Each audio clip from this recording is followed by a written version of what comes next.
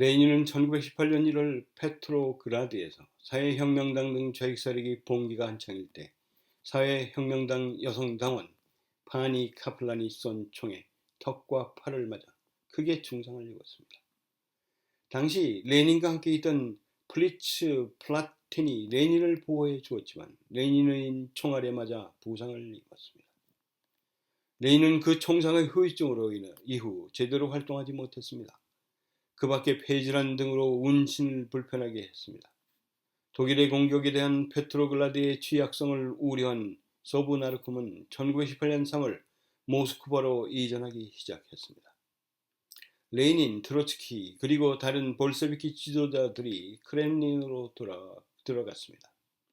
레닌은 1918년 8월의 또 다른 암살 시도에서 살아남았습니다.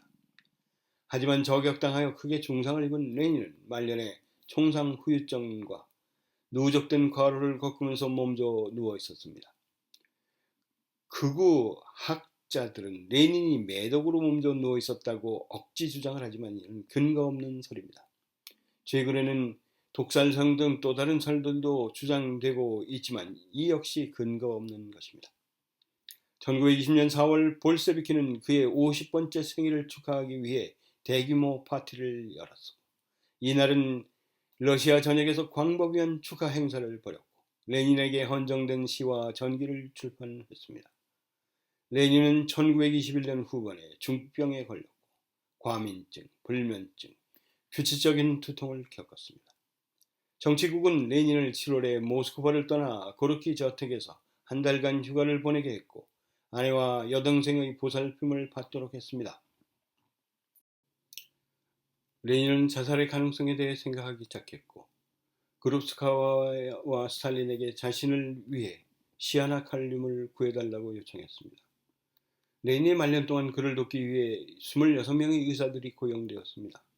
그들 중 다수는 외국인이었고 많은 비용을 들여 고용된 사람들이었습니다. 레닌의 병은 1918년 암살 시도에서 그의 몸에 박힌 총알이 금속 산화로 인해 발생했습니다. 1922년 4월 그는 종양을 제거하는 수술을 받았습니다. 그 후에도 증상은 계속되었고 레닌의 의사들은 그 원인을 확신하지 못했습니다. 1922년 5월 그는 처음으로 뇌졸중을 일으켜 일시적으로 말을 할 수 없게 되었고 오른쪽 몸이 마비되었습니다. 그는 고르키에서 회복하였고 10월에는 거의 회복되었습니다. 10월에 그는 모스크바로 돌아왔습니다. 12월에 그는 두 번째 뇌졸중을 일으켜 고르키로 다시 보내졌습니다. 병에도 불구하고 레닌은 정치 발전에 깊은 관심을 유지했습니다. 레닌 자신은 스탈린이 집권할 경우 초래될 위기 상황에 대해 깊은 불안감을 가지고 있었습니다. 레닌은 연속혁명론으로 세계의 공산혁명을 계속 진전시키자는 트로츠키의 이론이 스탈린이 주장하는 소비에트 연방을 강한 공산주의 국가로 만든 후 세계 공산혁명을 확산시키자는 이론보다 자신의 이론에 가깝다고 생각했습니다. 레닌은 죽기 전 유언으로 스탈린을 제1서기에서 해임하고 트로츠키를 추대할 것을 명령했습니다. 하지만 레닌의 유언은 당 중앙위원회에서만 낭독되었을 뿐 공표되지 않았습니다. 스탈린은 병상의 레닌과 트로츠키 등 볼셰비키 간부들과 소통을 철저히 통제했습니다. 스탈린은 트로츠키가 러시아 사회의 민주노동당이 멘세비키와 볼셰비키로 나눠진 1903년부터 레닌이 병상에 눕게 된 1923년까지 시종일관 레닌의 주장에 반대했다고 비난했습니다.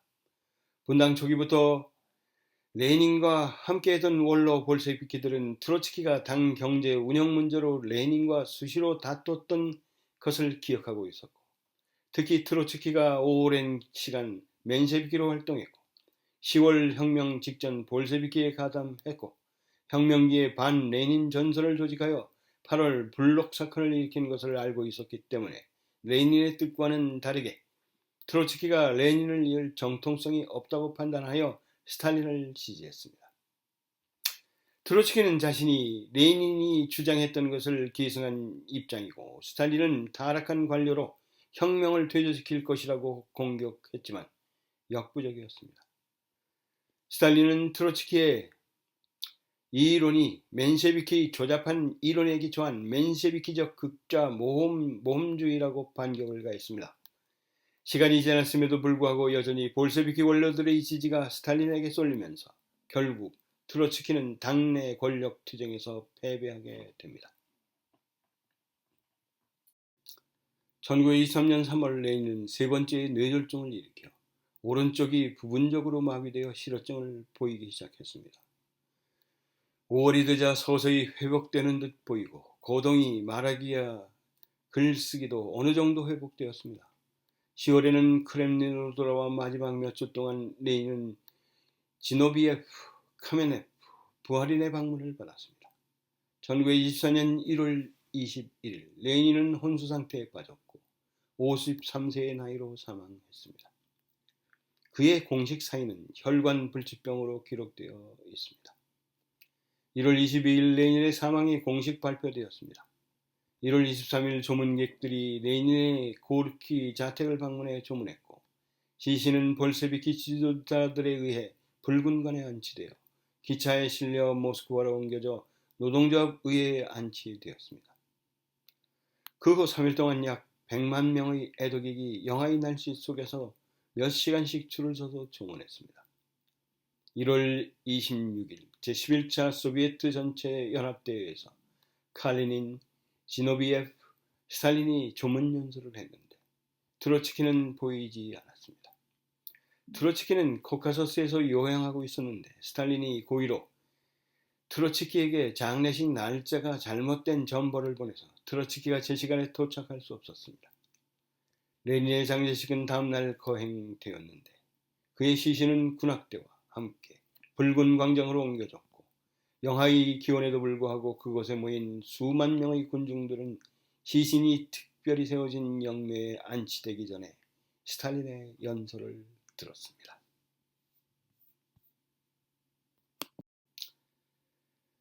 스탈린은 레닌의 유언에도 불구하고 레닌을 우상화해 그의 후계자인 자신이 정당한 지도자라는 것을 확고히 했습니다. 미망인 그룹스카야의 반대에도 불구하고 레닌의 시신은 붉은 광장 묘소에 전시될 수 있도록 방부 처리되었습니다. 레닌의 뇌는 제거되었고 1925년에는 뇌를 해부하기 위한 연구소가 설립되었고 레닌이 심한 뇌 경화증을 앓고 있었다는 사실이 밝혀졌습니다. 1929년 7월 정치국은 임시 영묘를 화강암으로 된 영구 영묘로 교체하기로 결정하여 1933년에 완공되었습니다. 그의 석관은 1940년과 1970년에 교체되었습니다. 제2차 세계대전 중 안전을 위해서 1941년부터 1945년까지 시신은 임시로 투맨으로 옮겨졌습니다. 1923년 현재 그의 시신은 붉은 광장에 있는 레닌묘에 공개적으로 전시되어 있습니다. 볼코노프는 레닌주의의 이데올로기를 포기하면서도 그토록 큰 사회를 그토록 큰 규모로 변화시킨 사람은 역사상 거의 없을 것이라고 칭송했습니다. 레닌 정권은 70년 동안 러시아를 통치한 정부 체제의 틀을 마련했고 20세기 중반에 인구가 거주하는 세계의 3분의 1을 차지하게 된 공산주의 주도 국가의 모델을 제공했습니다. 그 결과 레닌의 영향력은 전 세계적이었습니다. 공산주의를 싫어하는 자에겐 욕을, 공산주의를 좋아하는 자에겐 존경을 받는 레닌은 여전히 악마화되고 우상화되고 있는 인물입니다. 타임지는 레닌을 20세기의 가장 중요한 백인 중 한 명으로 선정했으며 역대 최고의 정치 아이콘 25명 중에 한 명으로 선정했습니다. 모든 권고가 받아들여지고 이행되었다는 의미에서 레닌은 독재자가 아니었습니다. 레닌은 당의 독재를 수립한 사람이었지만 스탈린이 나중에 된 그런 독재자는 아니었습니다. 소비에트 정권은 오랜 기간 동안 스탈린주의 독재 폭압을 겪었으며 이는 기본 특징에서 레닌의 유언의 권고와 정반대였습니다. 레닌을 잔혹한 정책으로 이끈 개인적 자질이 20세기의 몇몇 주요 서구 부르주아지 지도자들보다 더 강하지는 않았습니다. 레닌에게 혁명적 폭력은 단지 목적을 위한 수단, 즉 사회주의, 궁극적으로는 공산주의 세계, 즉 폭력 없는 세계의 수립이었습니다. 레닌은 온유한 자가 땅을 상속받을 수 있고 사회의 정의와 평등에 기초한 정치 운동이 있을 수 있다는 개념에 대해 많은 공로를 인정받아 마땅했습니다. 슬로보의 지젝, 알랭 바디우, 라르스 리, 프레드릭 제임스 등의 지식인들은 레닌의 타협하지 않은 혁명 정신을 되살려 현대의 세계 문제를 해결해야 한다고 주장하고 있습니다. 소련에서는 레닌이 살아있는 동안 레닌에 헌신하는 개인 숭배가 시작했지만 그의 죽음 이후에 완전히 확립되었습니다. 그것은 미국의 조지 워싱턴 이래 세계에서 가장 정교한 혁명 지도자 숭배였습니다. 레닌의 흉상이나 동상이 거의 모든 마을에 세워졌고 그의 얼굴은 우표, 그릇, 포스터, 소련 신문 프라우다와 이즈베스티아의 첫 페이지를 장식했습니다. 그가 살았거나 머물렀던 장소는 그에게 헌정된 박물관으로 개조되었습니다. 도서관, 거리, 농장, 박물관, 마을 및 전체 지역이 레닌의 이름을 따서 명명되었습니다. 1924년에 페트로그라드시가 레닌그라드로 개명되었고 그의 출생지인 심비르스크는 울리아노프스키스크가 되었습니다. 레닌 훈장은 소비에트 연방에서 가장 높은 훈장으로 제정되었습니다. 이 모든 것은 레닌 자신의 욕망에 반하는 것이었고 그의 미망인 그룹스카야에 의해 공개적으로 비판받았습니다. 레닌의 저술이 소련 내에서 성스러운 경전과 유사한 방식으로 취급되었으며 레닌의 모든 의견은 한 가지 정책 또는 다른 정책을 정당화하기 위해 인용되었습니다. 스탈린은 스베를로프 대학에서 강의를 통해서 레닌주의를 체계화했고 이 강의는 후에 레닌주의의 질문들로 출판되었습니다. Questions of Leninism. 스탈린은 레닌의 저술 대부분을 수집하여 마르크스 엥겔스 레닌 연구소의 비밀 문서고에 보관했습니다. 크라쿠프에 있는 레닌 저서 수집품과 같은 자료들 역시 연구소에 보관하기 위해 해외에서 수집되었는데 종종 큰 비용을 들였습니다. 소비에트 시대에는 이러한 저술들이 엄격하게 통제되어 극소수만이 접근할 수 있었습니다. 스탈린에게 유용하다고 판명된 레닌의 모든 저작물들은 출판되었지만 불리한 것들은 숨겨져 있었고 레닌의 비러시아인 혈통과 그의 고귀한 지위에 대한 서술은 통제되었습니다. 특히 레닌의 유태인 혈통에 대한 사실은 1980년대까지 통제되어 왔습니다. 아마도 소련의 반유태주의 때문이었을 것이며 스탈린의 러시아화 노력은 약화시키지 않기 위해 아마도 국제 반유태주의자들 사이에 반소련 감정을 자극하지 않기 위해서였을 겁니다. 레닌의 유태인 혈통이 밝혀진 이후 러시아 구급파는 레닌이 물려받은 유대인 유전학이 전통적인 러시아 사회를 뿌리 뽑고자 하는 레닌의 욕망을 설명해 준다고 주장하면서 이 측면을 반복적으로 강조했습니다. 스탈린 정권 하에서 레닌은 사실과 다르게 차기 소련 지도자가 되려는 스탈린의 시도를 지원했던 스탈린에 가까운 친구로 적극적으로 묘사되었습니다. 소비에트 시대 동안 레닌이 출판한 작품의 5개판이 러시아어로 출판되었습니다. 첫 번째는 1920년에, 마지막 판은 1958년에서 1965년 사이에 출판되었습니다. 이 작품들이 완벽한 것으로 묘사되었지만 실제로는 정치적 편의상 많은 부분이 생략되었습니다. 한편 1927년 스탈린 행정부에 의해 강제 추방된 후 트로츠키는 스탈린주의가 관료주의와 스탈린 자신의 개인적 독재에 의해 레닌주의를 타락시켰다고 비난했습니다. 1879년 11월 7일 태어난 레프 트로츠키는 1940년 8월 21일 망명지 멕시코시티의 팔라시오 데 벨라스 아르테스에 있는 세계적 벽화가 디에고 리베라의 집에서 스탈린이 보낸 암살자 하이메 라몬 메르카데스 델 리오에게 등산용 피켈로 머리가 찍혀서 사망했습니다. 스탈린이 사망한 후 니키타 후르시초프가 소련의 지도자가 되었고, 이 과정을 정당화하기 위해 레닌의 저작들을 인용하면서 스탈린 격화 과정을 시작했습니다. 1985년 미하일 고르바초프가 권력을 잡고 글라스노스트와 페레스트로이카 정책을 도입했을 때 그 역시 이러한 조치들이 레닌의 원칙으로의 회귀라고 언급했습니다.